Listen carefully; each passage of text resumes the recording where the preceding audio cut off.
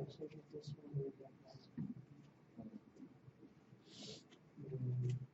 just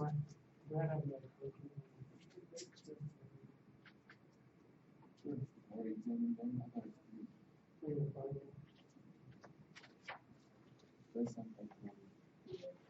He said people are trying to form over 2, 3, 4, 5.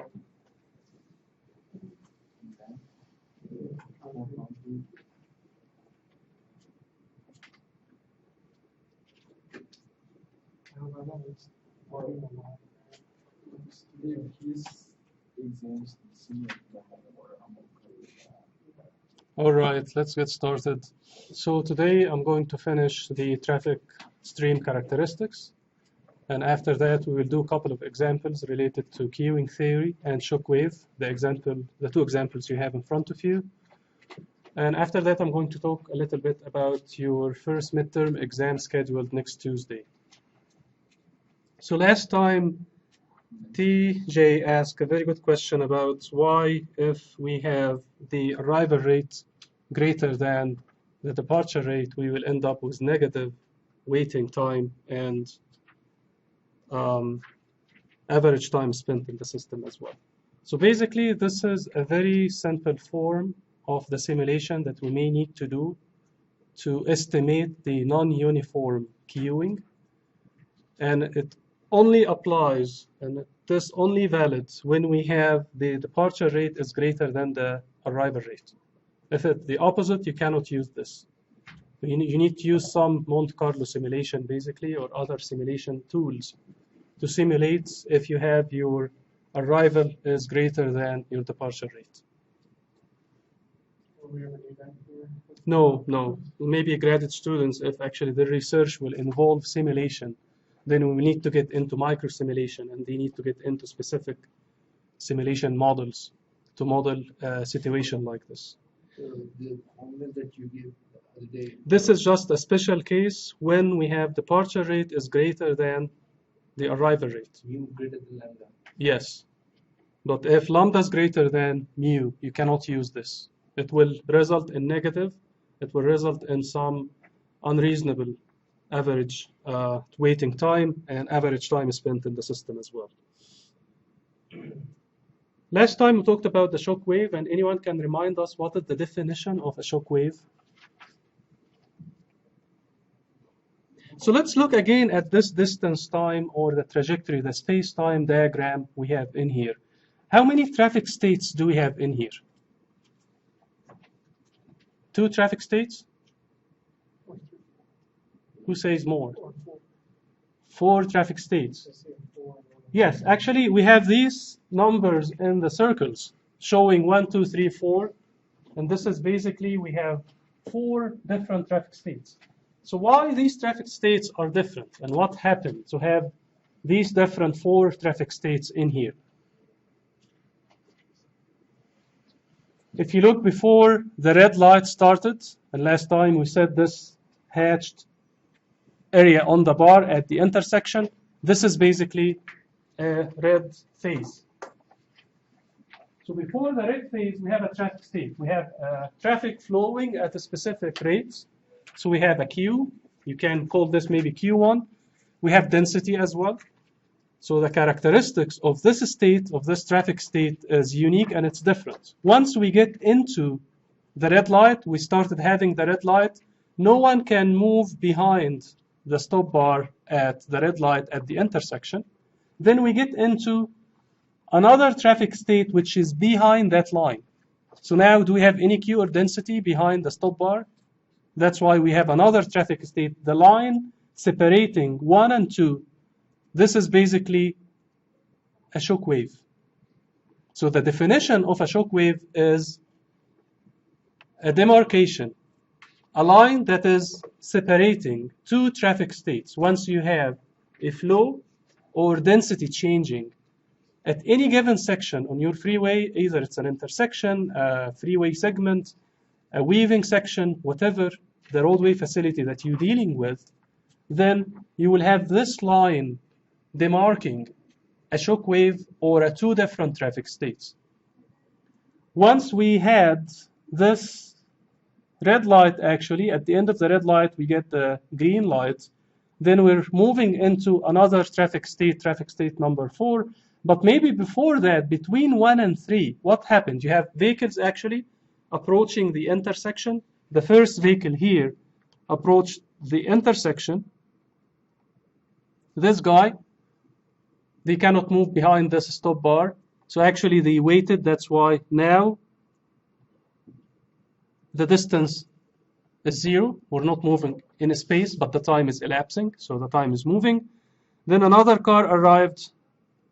Another car arrived. Another car arrived. The line that is forming behind these cars, we have a line is moving. Once a car is joining the platoon, is joining the queue, this line is moving in a space. And that's exactly what we have here, a backward forming shock wave. So we have a moving line, a backward moving line forming behind the stop bar every single time we have a vehicle joining the end of the queue. So this is basically, again, a line separating two traffic state 1 when we had the traffic flowing, and then when we had the traffic stuck at the intersection. So we have this shock wave 1-3, which is basically a line separating two states of my traffic 1 and 3. We have also another traffic state, which is this line in here, and this is a stationary shock wave. And what I mean by stationary shock wave, this line doesn't move anywhere. This line basically is the stop bar. This is at the beginning of the queue. This line is not moving forward or backwards. That's why it is stationary. And this is basically separating what traffic states? 2 and 3. So 3 is a stationary vehicle queuing behind the stop bar. And 2, basically we don't have any traffic moving. But again, it is a traffic state. You have a flow equal to 0 and density equal to 0 as well. So any line separating any difference in flow and density, this is a shock wave. And then we can define what kind of shock wave is this. So we have this backward forming shock wave. We have a backward recovery shock wave, this green one. So once we started the green in here, now we started to have two different traffic states. The queue, actually, the still cars at the intersection in traffic state number 3. And then we had some vehicles started to move into the intersection. So that's another traffic state. So now the flow mostly at the saturation flow rate or at the capacity, moving into the intersection, and we have a high density as well, which is traffic state in here number 4 until they cross the intersection. The line in between, it is called backward recovery shock wave. So the back of the queue now is recovering, is moving forward. So that's why it's a backward recovery shock wave. Is this clear? I have a couple of videos actually to demonstrate what is the shock wave, because sometimes it's not easy to grasp. So let's see this shock wave, and this actually was in Japan. They tried to simulate shock wave in real life and to understand why shock waves are forming. The signalized intersection is pretty straightforward, and we said queuing at intersections is systematic process. We will have shock wave. You will have this every single time you have a changing in the light.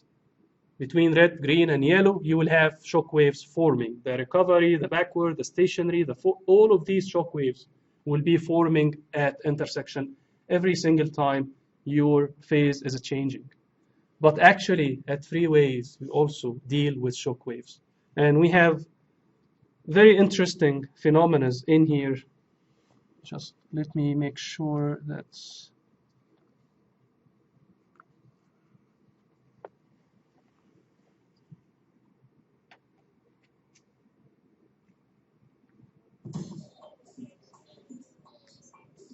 For the first time, Japanese researchers conducted a real-life experiment that shows how some traffic jams appear for no apparent reason. They placed 22 vehicles on a single track and asked the drivers to cruise round at a constant speed of 30 kilometers an hour.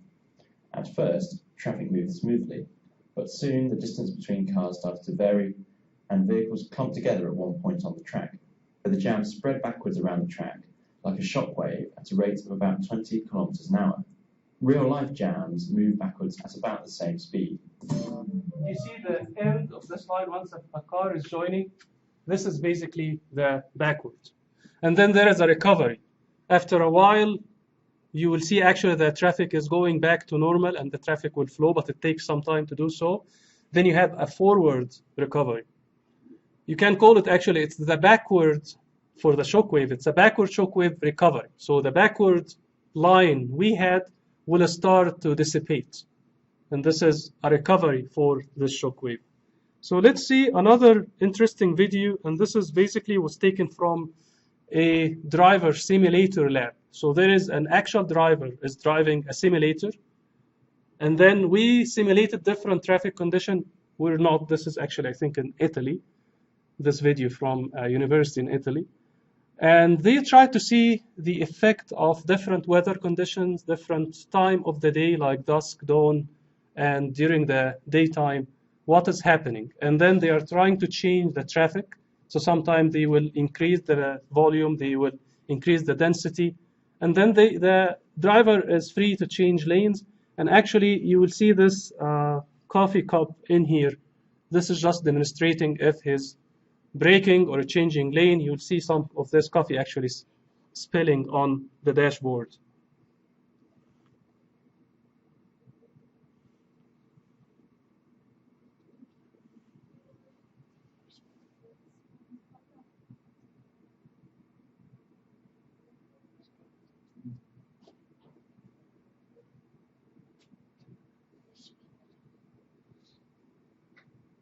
We'll get into some foggy condition in here just to see how the driver will select their speed, their headways. Again, here we're talking microscopic, so we're talking about the headway spacing, and we're talking about the speed selection as well.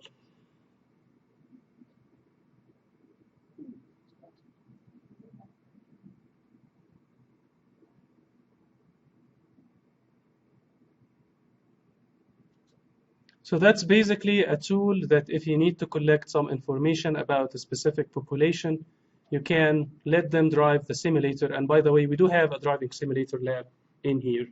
And we do have a truck simulator and a passenger car simulator that we can simulate similar things like this. But if you need to collect this information in different situations, you're testing or experimenting with new design or new signal timing or phasing, you can bring some subjects into the lab and you can simulate this and see real drivers actually and see their behavior. And if this countermeasure or this new design is effective or not. So you can evaluate their safety effectiveness using this. This is a very interesting video about a phantom shockwave. And let's see what phantom shockwave is. Welcome to the world of the phantom traffic jam.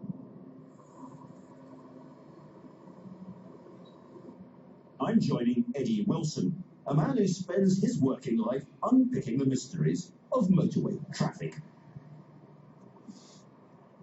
It's 5 o'clock on a Friday, and we're getting a bird's-eye view of one of the biggest regular jams on the entire UK motorway network.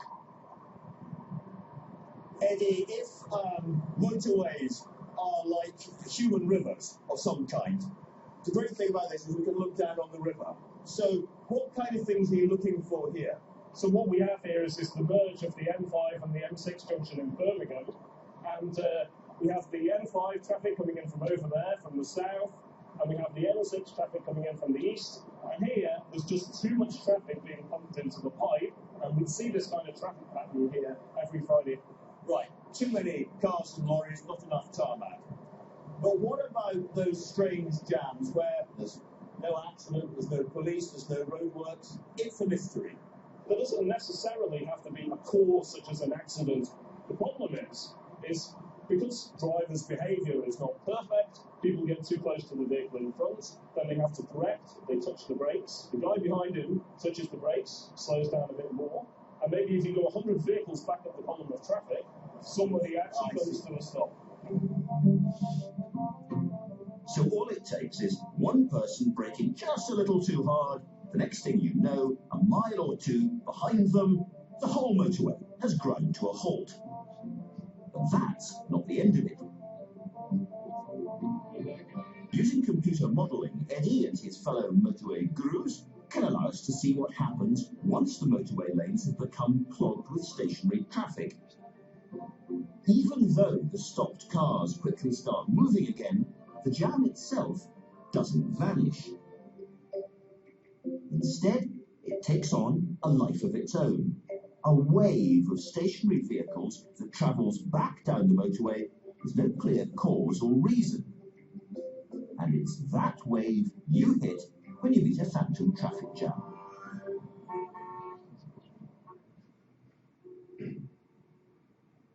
Lovely British accent.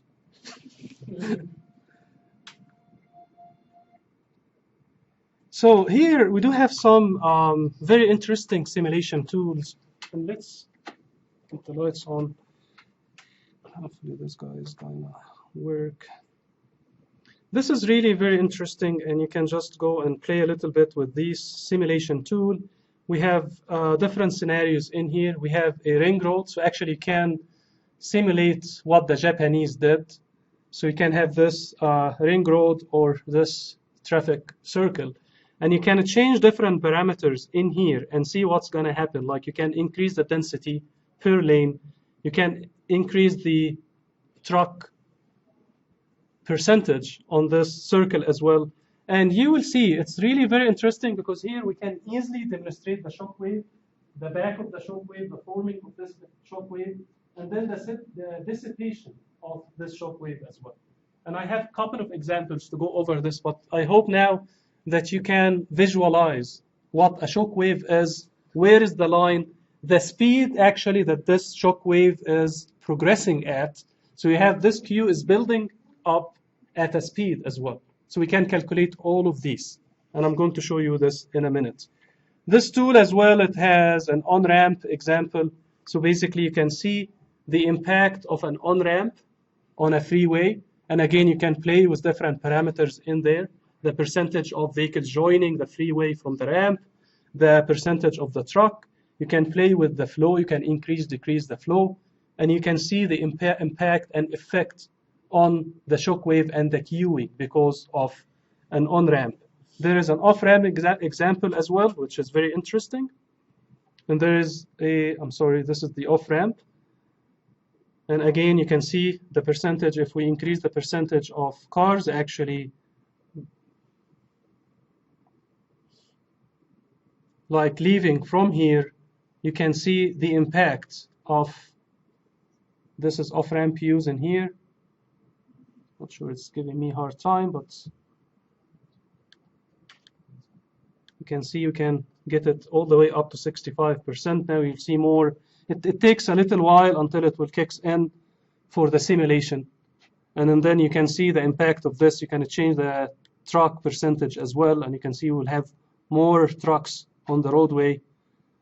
And now you can see how this off-ramp can impact the queuing and the flow of traffic on this freeway. Now we're getting into a complete traffic jam, basically because of this, because of I increased as well the truck fraction on this. You can see an example on if you have a road work. So if there is a lane blocked because of construction work, you can see an impact of uphill, and you can control or maybe enforce truck not to overtake from the left lane. This is a scenario when we add climbing lanes specifically, exactly like what TJ was saying. We have another example in here talking about routing as well. So you see cars actually selecting different routes, leaving the interchange.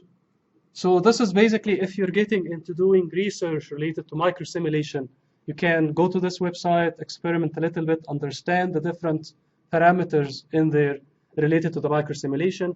We have more professional software we're using, not this. So basically, if you use Vissim, it's a simulation software. You can simulate traffic. You can build your own network, and you can put all the traffic you want in there.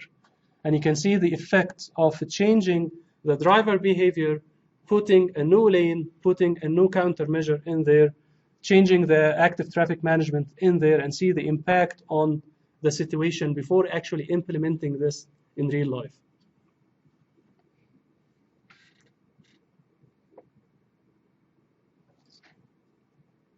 So here, again, we need to mention something that every roadway section will have its unique flow density curve.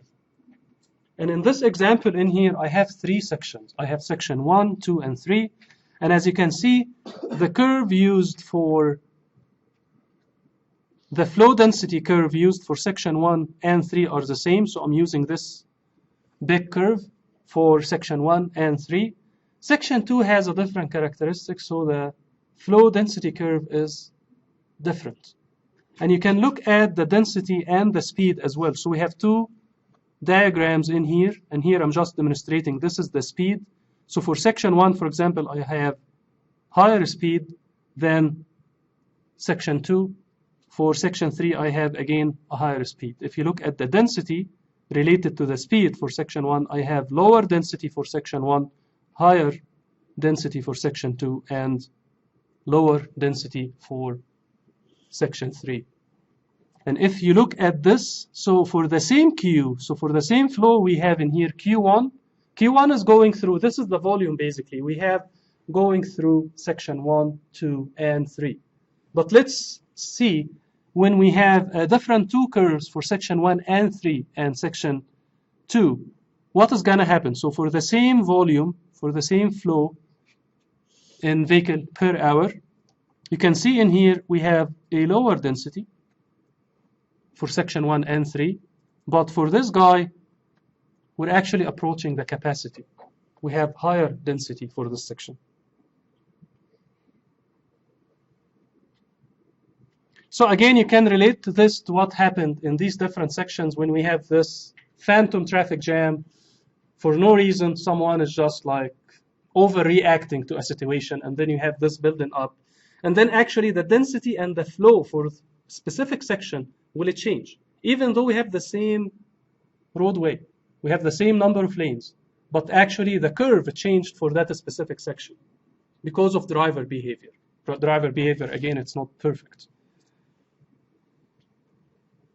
So here, like, what happens if demand exceeds the capacity in section 2? So let's say like the previous example, but this time actually what's going to happen, we have the same 2 curves. We have the big curve for section 1 and 3. Section 2, we have the small curve, but actually the demand exceeded the capacity of this section 2. So what's going to happen in here? If you look at section 1, in here we have high Q, relatively low density in section 1.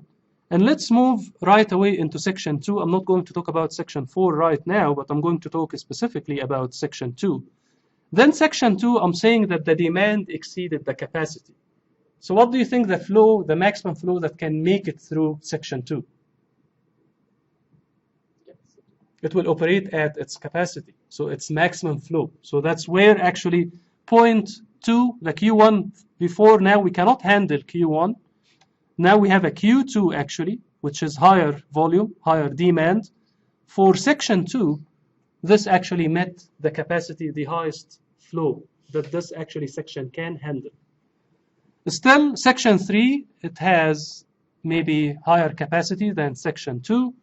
Then actually, same line, same Q, same flow actually will be flowing through section 3. But section 3, since it has higher capacity, we have a different curve for it. And this same Q will result in lower density D3. Instead of now we're operating at the optimum density D2 in here for section 2. Once we move into section 3, we have higher capacity. Same flow will make it through. Because again, the flow that can make it from section 2 will be only the flow that can reach section 3. And then the density will be dropped significantly. And we will go back to the stable section or the stable part of this curve. But this is really very interesting when we think about what's happening, because this section cannot handle the high demand. What's going to happen? You will have actually Q is building up in section 1.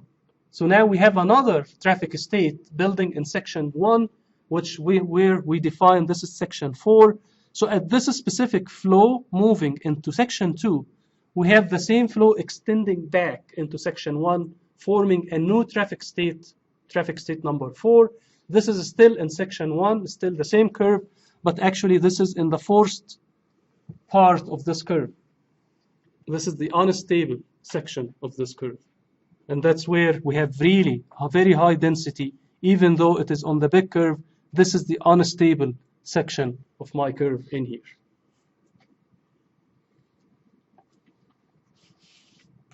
So where is the bottleneck? Many of you may say that the bottleneck actually is in section 1, where the 4 is, no, actually still the bottleneck in here, it's section 2.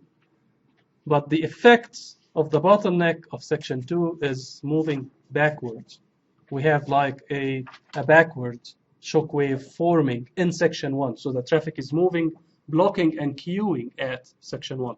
But your bottleneck still with the lower capacity section number 2. Questions so far? So when we think about this shock wave, so now we agreed that we will have a shock wave forming and moving backward into section 1. So basically, if we need to get this speed of the end of the queue, so this end of the queue, we have vehicle actually queuing, and this line of the back of the queue is forming and moving backward in section 1. Can we calculate the speed for this? So now we have two different traffic states. We have a line actually moving backward in section 1. Can we get the speed of how this line is moving backwards? So basically what we need to do is we need to look in between these two different traffic states. That's where the speed basically is going to equal the difference in the flow divided by the difference in the density. Because we all know that your speed is equal to the flow divided by your density. And also the shock wave growth, or the speed of the shock wave moving backward, or a recovery moving forward, it's going to be the difference between the flow between these two different traffic states divided by the difference between their density. So in this example specifically, the Q1 was 1900, Q2 is 1700, and the density one is 55 vehicle per mile, and D4 in here is the 100 vehicle per mile, and you can calculate the speed for this one. And I do have some examples that we will go over. So your first example in here, we're talking about a signalized intersection. Everyone has the in-class example.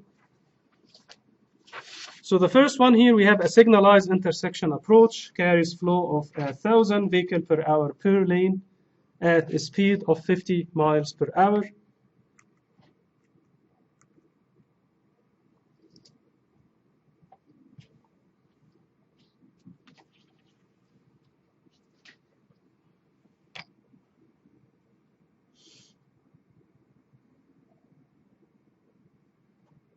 The duration of the red signal indication is 15 seconds. If the saturation flow rate is 2,000 vehicle per hour per lane with a density of 75 vehicle per hour and a jam density of 150 vehicle per mile. First, before getting into plotting the relationship between flow and density for this situation here and calculating the length of the queue at the end of the red phase, what is the saturation flow rate? And I think I just mentioned the definition of the saturation flow rate in here. It is some sort of a capacity, but let's say like when we talk about saturation flow rate specifically for intersections, when we say it's a saturation flow rate for an intersection, we say this is the maximum number of vehicles that can actually pass the intersection during 1 hour of green. So imagine that you don't have any lights in there. It's continuously green. So the maximum number of vehicles that you can handle through an intersection, and please write down this definition. So it's basically the maximum number of vehicles that can pass or transverse the intersection during 1 green hour, 1 full green hour. So you can just imagine that if you cross the light, if the signal remained for one whole green hour, this is the maximum flow that can make it through the intersection. And basically this is, as TJ mentioned, it is capacity. So this is basically the capacity, the maximum number of vehicles that can make it through the intersection during a green hour. This is basically if as you're operating at the maximum flow or at the capacity if we plot the curve. So let's first plot the curve, the flow density curve, and see what we're going to have in here.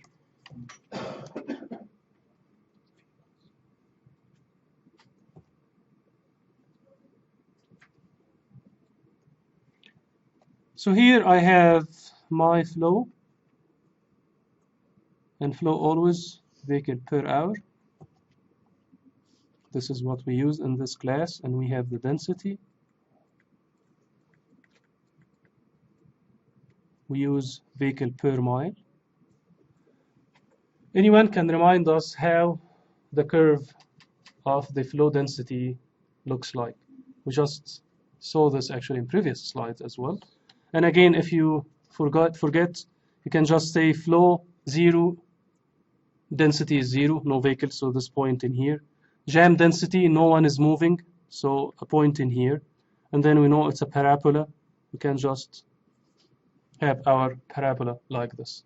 So let's put some numbers that actually is given in here. So jam density is given. So where is my jam density?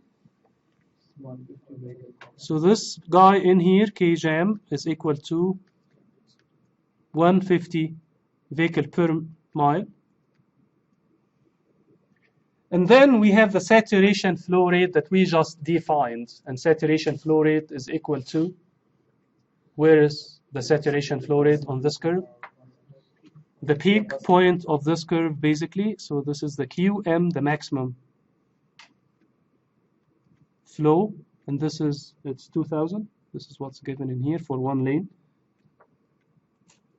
So this is vehicle per hour per lane. And corresponding to the maximum flow, what did we construct or said that your density here is going to equal to what?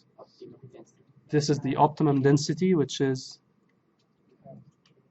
So actually, if I didn't give you, or if you don't know the saturation flow rate definition, and you can just look at what density that the saturation flow rate is operating at, can you tell that this is the peak?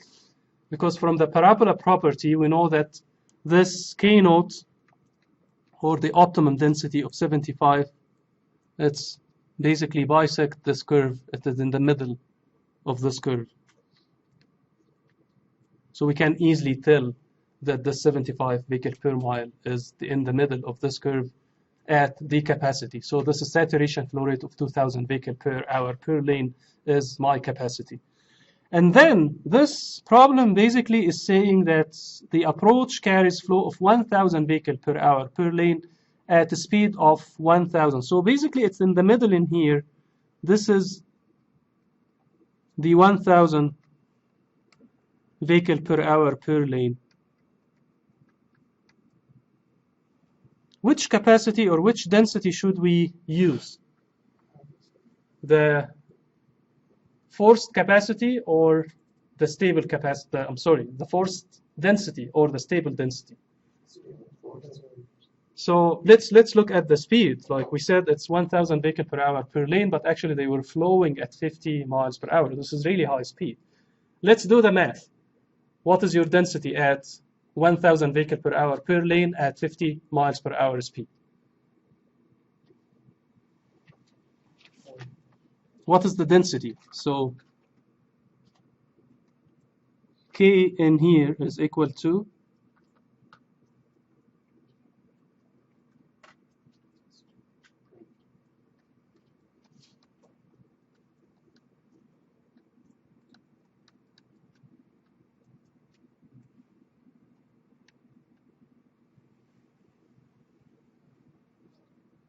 So basically, it should be here. It's not on the other side. You can easily tell your 20 should be on the left in the stable area, not in the forced operation on the right. Otherwise, it must be between 75 and 150. And this is, again, its high speed. So let's see how this backwards. So now we agreed we have a stationary shock wave at the beginning at the stop bar of this intersection, very similar to the graph we just discussed. And then we have another line moving backward. So now I'm trying to calculate the speed of this backward shock wave. So let's say the speed of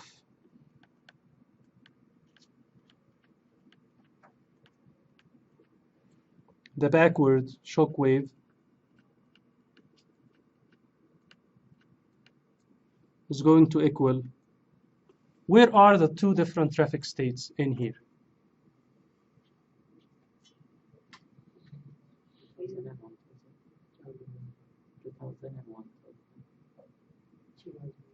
The 2000 and 1000?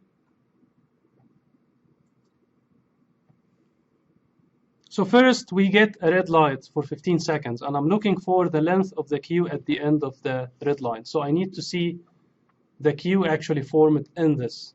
So I do have two different traffic states in here. I have a queue equal to 0, no one is moving, and the back of the queue, they were flowing at 1000 vehicle per hour.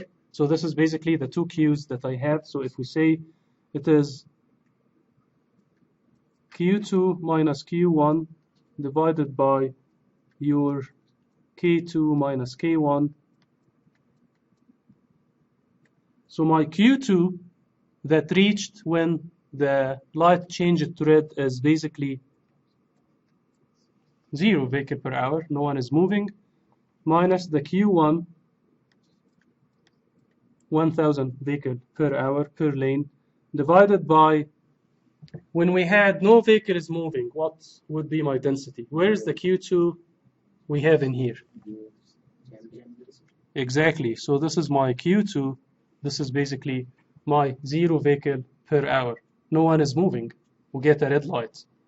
Density will be jammed at 150 vehicle per mile.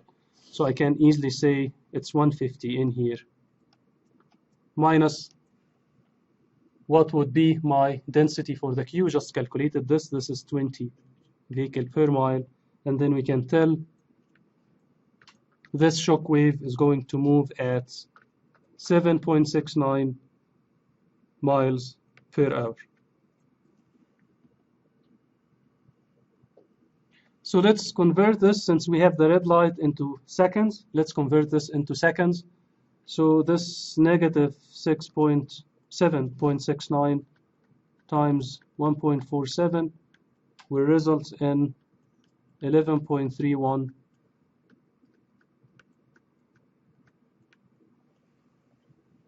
feet per second. So actually this shock wave is moving backward from the stop bar at 11.31 feet per second. So the length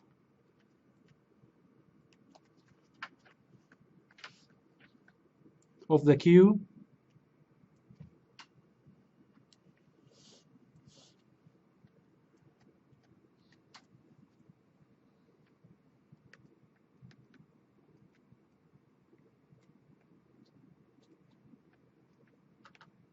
at the end of the red phase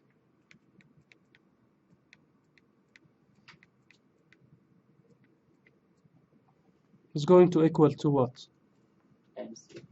Time 15 seconds, exactly. So it's the 11.31 times 15 seconds. And this is basically, we're talking about 169.55 feet. If you know the average length of your vehicle at this intersection, if we have a maybe compact car size, this is the most common one, you can get how many vehicles actually are queued behind the stop bar for this situation in here. Questions? So that's the length of the total queue?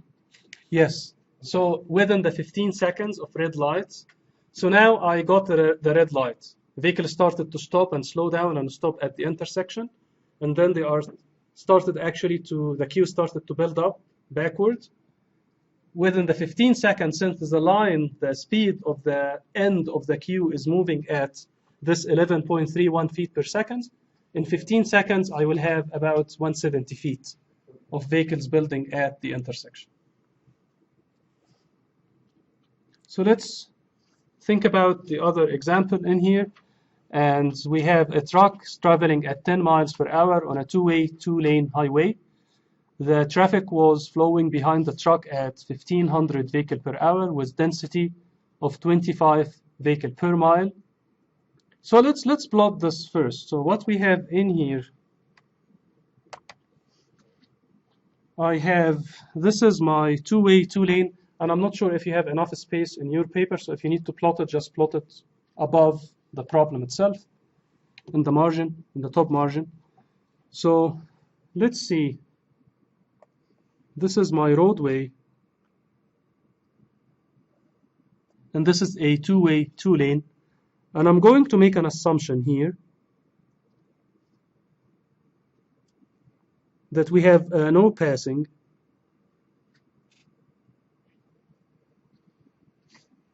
And then let's see what's happened actually in here. I'm going just to assume that maybe at some point we have an on-ramp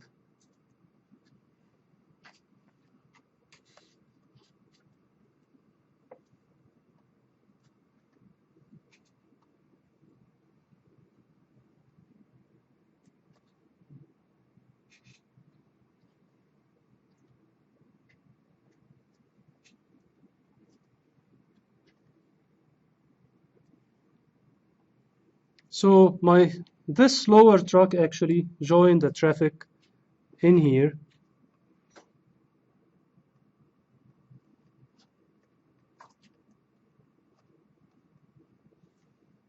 And this truck is moving at 10 miles per hour. So the speed of this truck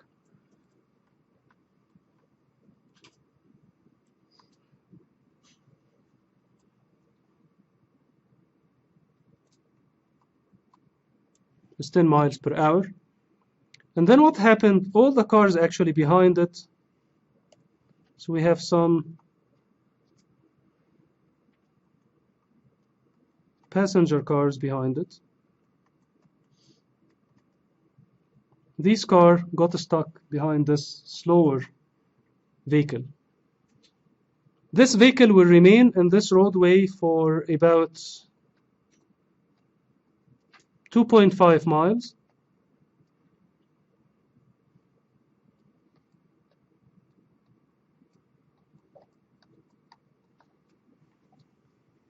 Until it will exit the freeway. The traffic before this slow truck actually was operating at a queue of, so this is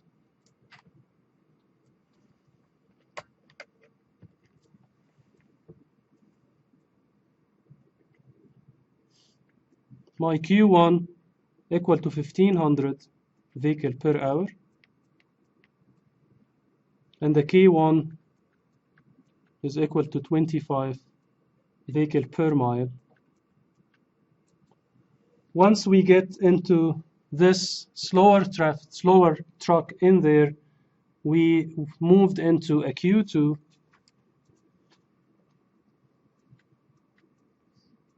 and this Q is dropped to 1,000 vehicle per hour, and density increased into 100 vehicle per mile.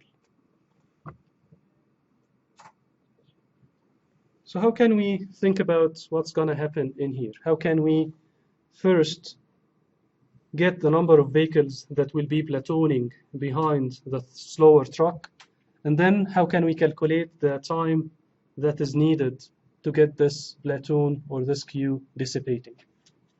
Where should we start from here?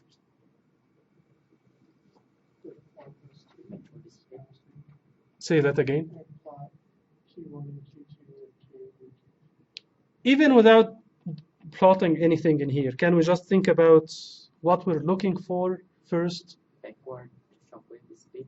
So we have a backward shockwave is building behind the slower truck. So can we calculate the speed of this shockwave first? It's very obvious here.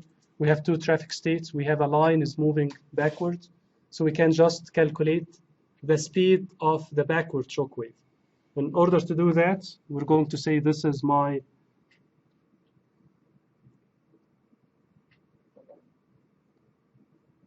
speed of this backward shockwave, and this is going to equal to my, again similar to what we did in previous example, this is Q2 minus Q1 divided by K2 minus K1.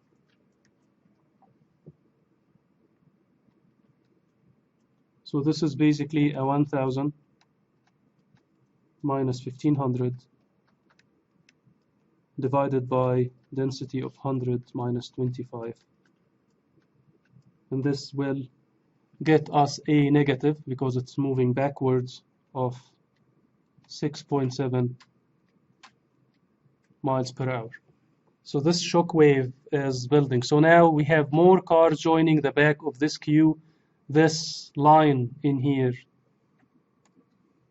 of the shock wave. I have another vehicle joining, and so on. So this line is moving at 6.7 miles per hour in the opposite direction. But think about this.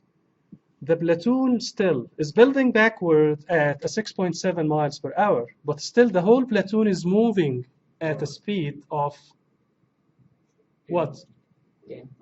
10 miles per hour.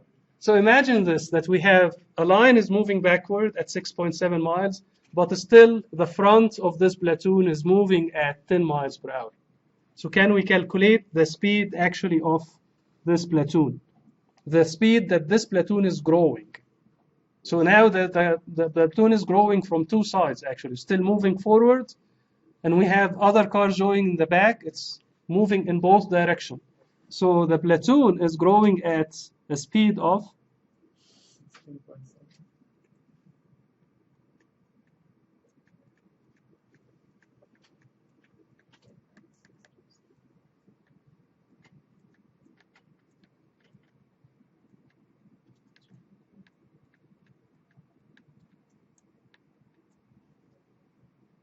It's basically the 10 miles per hour, which is the speed of the truck, the slower vehicle in the front, minus negative 6.7. So actually, this platoon is growing at a speed of 16.7 miles per hour. So what is the time spent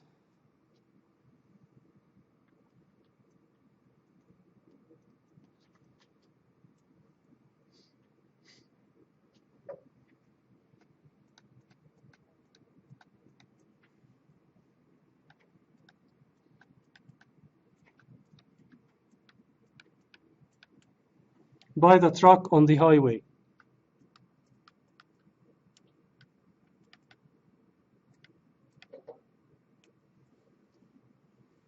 So we know that this truck will remain in there for 2.5 miles. So this is basically, if we divide this, the 2.5 miles over the speed of the truck, we know this is basically is. So we're assuming the track never speeds enough. What was that? So we're assuming the track never accelerates past 10. No, it is constant speed. The truck joined the freeway, remained on 10 miles per hour for the whole 2.5 miles, and then exited the freeway section. So now we know that this is 0.25 hour. And then we can calculate the length of the platoon.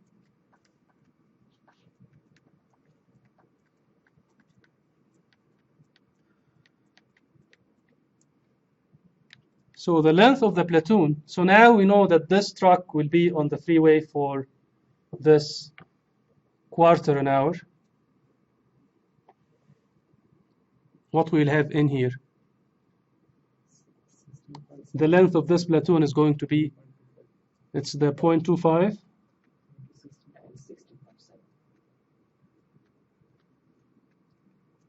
times 16.7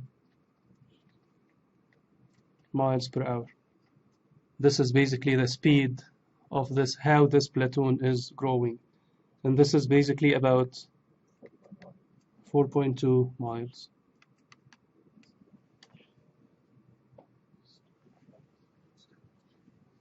How many vehicles do you think we will have in here? How can we calculate? So now we know that we will have 4.2 miles of platoon. What do we need to have in there? No, we have another information in here that we can use for the slow traffic state. What is the definition of the density? It's number of vehicles per mile. And we know for the slow traffic, we have the traffic state number 2. Our density is going to be 100 vehicle per mile. So if we have 4.2 miles, we know that we will have 420 vehicles, basically, if we use the density of the slow traffic state. So basically, if I need to get number of vehicles in the platoon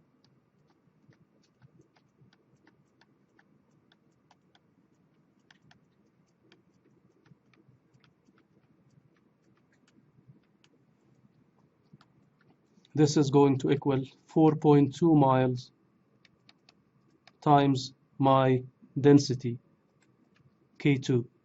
And K2 here is 100. So we're talking about 420 vehicle in there.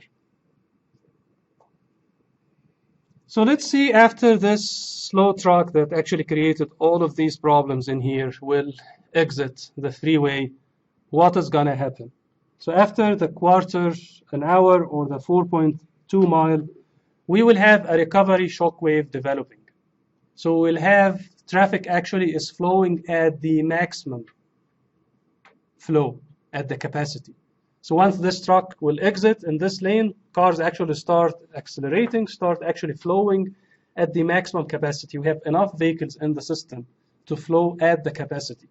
So now we're moving into another shockwave, and we may need to get the speed of this recovery shockwave. So the second part of this problem in here is we're talking about calculating the speed of the recovery of this shockwave. So now I'm going to say that the speed of the recovery shockwave is going to equal my flow at the capacity minus Q2 divided by the density at the capacity minus the density at traffic state number 2 in here. So do we have the density at the capacity? Capacity is provided as 2100 vehicle per hour. We have the speed. So basically we can calculate our KC. So my KC in here is, anyone can tell me what is the KC would be? So my KC is the flow at the capacity divided by the speed at the capacity, which is provided as well. So this is basically the 2100 divided over 60 miles per hour. This will result into a 35 vehicle per mile density at the capacity. So now I can substitute in this guy in here, and I can say that the flow at the capacity is 2100 minus my capacity when the traffic was really moving slow behind the slower truck. So we have 1000 vehicle per hour, and this is divided by the density at the capacity of 35 minus the density, the high density when we had the very slow traffic state in there, and this is basically a negative 16.92 miles per hour. So before actually answering the question about when this platoon of the 420 vehicle will vanish, will dissipate, let's think about this. So what we're having right now, we just agreed that we have a backward shock wave moving at, what was the speed in miles per hour? So let's have this roadway again, and let's see what's happened. So my situation in here, going maybe to do a quick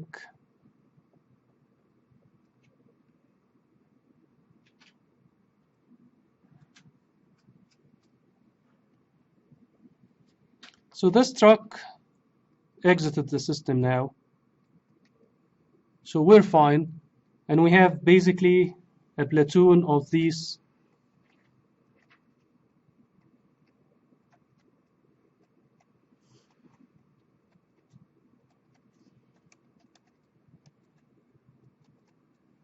vehicles behind this lower truck. So again, the flow of these blue cars, they were actually moving at the 1,000 vehicle per hour. Their density were really high, 100 vehicle per mile. But once the truck exits the freeway, now they will start flowing at higher flow. So this is basically the 2100, and their density will be, since we have no traffic in this section, density will be very low at 35 vehicle per mile. So now we're comparing these two traffic states in here. So I have a line in here that this line is going to move, and this guy in here is the traffic state when we had it as at 1,000 vehicle per hour and 100 vehicle per mile. So let's see what's happening now. So these vehicles are moving forward. Where is the forward shock wave in here? Where is the line? So imagine with me that this vehicle will move here. It will create a gap, and then this vehicle will follow, create a gap. So actually, we have a line is moving backward as well at a specific speed we just calculated, which is this speed. So now can you visualize what's happening once we have these vehicles jumping into the free section? We will have an imaginary line moving backward as well. So once this line is catching up with the backward shock wave we had before, moving at a rate of, what was the speed? Negative. So we still have another line in here is moving at negative 6.7 miles per hour. Exactly. So this forward shock wave is moving at negative 16.2 miles per hour. It's like this is eating the cars platooning or queued at behind that slower truck. Once this line is catching the other line, our platoon will vanish. We won't have any queue. The traffic will go back to normal. So now we can just say the time that we need for this platoon to vanish is going to equal, we have 4.2 miles of these vehicles of this platoon. So this is 4.2 miles divided by the difference between these two speeds of these two shock waves. This will result in about 0.41 hour, which we're talking about 25 minutes. So this is basically my platoon will be vanished in about 25 minutes. Questions?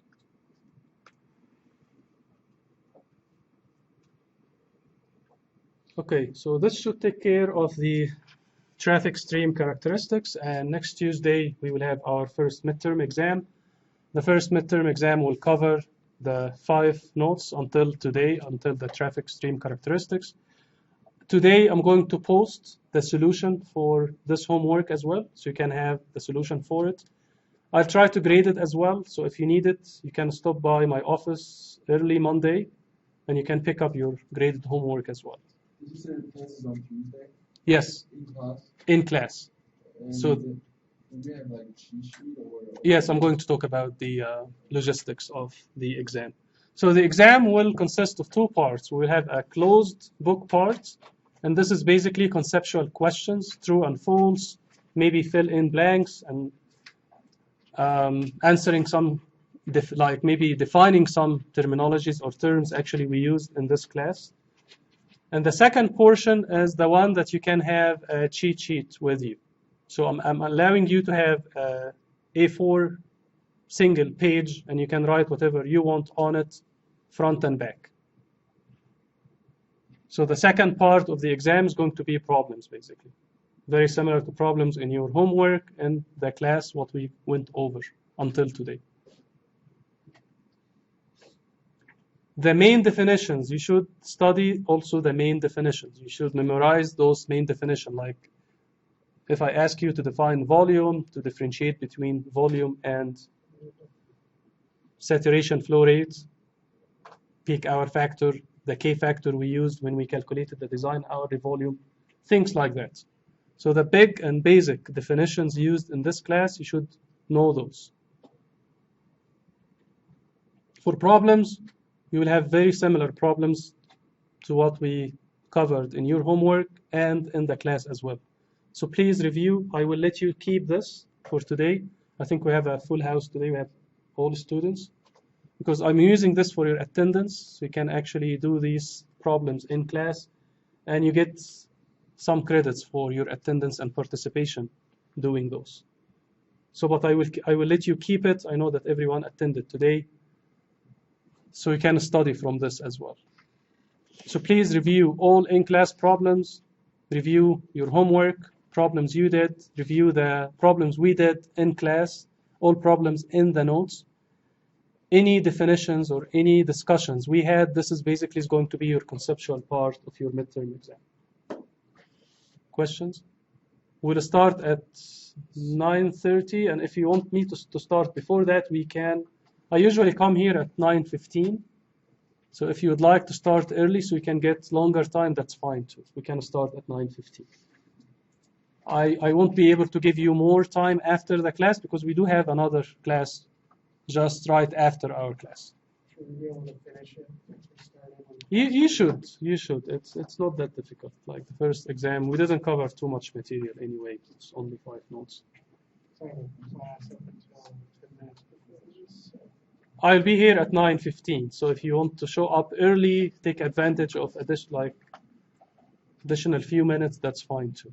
We can start at 9:15. Jackson, did you have a question? So the open notes portion is not open notes? No, it's not open notes. It's just you need to study and you need to prepare for the exam, so you know all the formulas that you need, equations that you may need. If there is tables that you may need to use, I'm going to provide those. I don't think that we have too many tables so far. So, but for main equations calculation, you need to have those in your cheat sheet. Oh, okay. It's not open book. Okay.